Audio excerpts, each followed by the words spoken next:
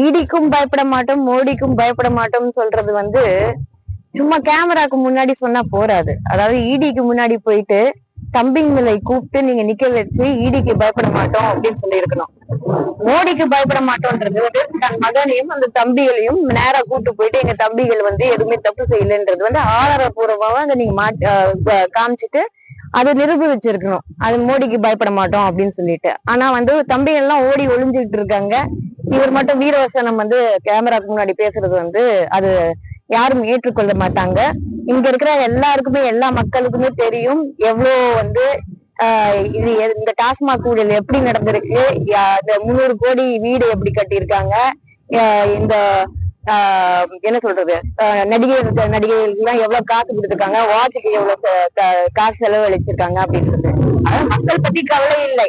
நாங்க ஊழல் செய்வோம், தமிழ்நாடு கடன்ல இருந்தா கூட சரி, ஆனா நாங்க வந்து அந்த கடனை அடைக்க மாட்டோம். ஆனா நாங்க பார்ட்டியும் கும்மாலமும் அடிப்போம், நாங்க ஆடம்பரமாக வாழ்வோம் அப்படின்றதுதான் இருக்கு. திரு விஜய் அவர்கள் இன்னும் கூட்டணி யார் என்று சொல்ல முடியவில்லை. நான் மட்டும் தனியா நின்று வெல்ல முடியுமா அப்படின்றது வந்து உறுதியாகவும் சொல்ல முடியலை.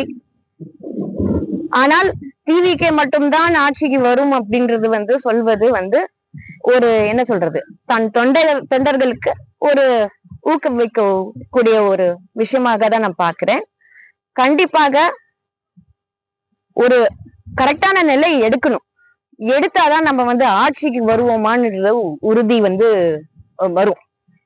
இது வெறும் வாக்குகளை மட்டும் பிரிக்கிறதுக்கான ஒரு அரசியல் பண்றதா இருந்தா அது அவர் கண்டிப்பா வெல்ல முடியாது. ஏன்னா 2 அணி தான் இருக்க முடியும். ஒரு போர்ல 2 அணி தான் இருக்க முடியும். அதுல பல கூட்டணிகள் இருக்கலாம். ஆனா வந்து 2 அணிகள் தான் இருக்க முடியும். ஒண்ணு எதிரணி, இல்ல ஒண்ணு வந்து நட்பணி.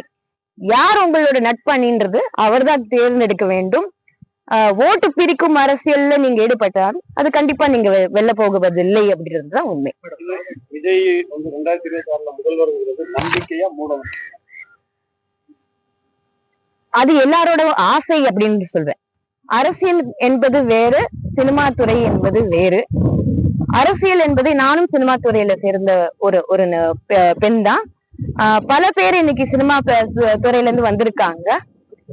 கண்டிப்பாக சினிமா துறையில இருந்து வந்தவங்களுக்கு பிரபலமா இருக்கலாம். அது வந்து எந்த மாற்று கருத்தும் கிடையவே கிடையாது. கண்டிப்பாக விஜய் அவர்கள் மிகப்பெரிய ஒரு நடிகர்.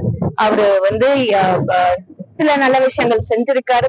சிலது பப்ளிக்கா தெரிஞ்சிருக்கலாம், சிலது பப்ளிக்கா தெரியாம இருந்திருக்கலாம். அந்த மாதிரி பல நடிகர்களும் செஞ்சிருக்காங்க அப்படின்றதுதான் நான் சொல்வேன்.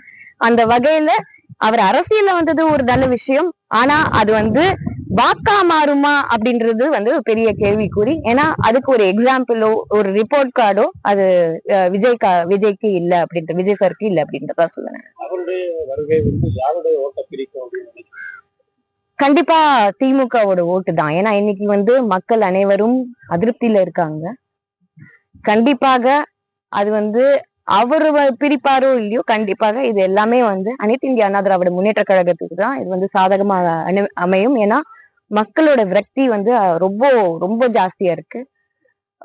காசு வந்தா அப்படியே சாப்பிட்டுக்கிறாங்களே தவிர அது திருப்பி கொடுக்கறது இல்ல, மக்கள் கிட்ட திருப்பி கொடுக்கறது இல்ல, மக்களுக்கு இடையே அது போய் சேர்றது கிடையாது அப்படின்றதுதான். செய்திகளை உடனுக்குடனும் துல்லியமாகவும் தெரிந்து கொள்ள சப்ஸ்கிரைப் பண்ணுங்க.